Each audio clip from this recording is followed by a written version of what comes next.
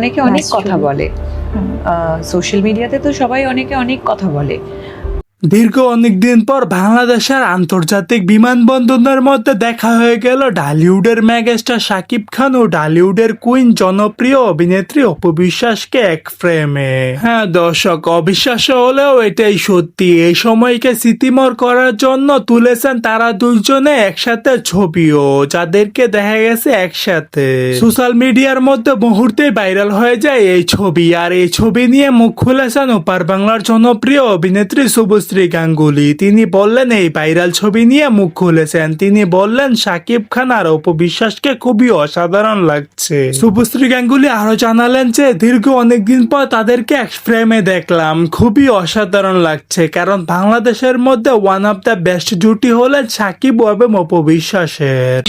একদমই একদমই আমরা তাই। সবাই প্রফেশনাল, এখানে আমরা নিজেদের কাজ করতে এসেছি এবং আমরা সবাই নিজেদের কাজের প্রতি মানে নিষ্ঠা দায়বদ্ধ। দিয়ে কাজ করি।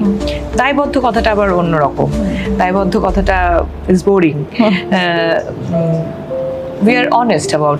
সো দর্শক, আজকের এই ভিডিওটি এই পর্যন্তই। যদি ভিডিওটি ভালো লেগে থাকে তাহলে ভিডিওতে একটি লাইক, একটি কমেন্ট আর অবশ্যই চ্যানেলটি সাবস্ক্রাইব করতে ভুলবেন না।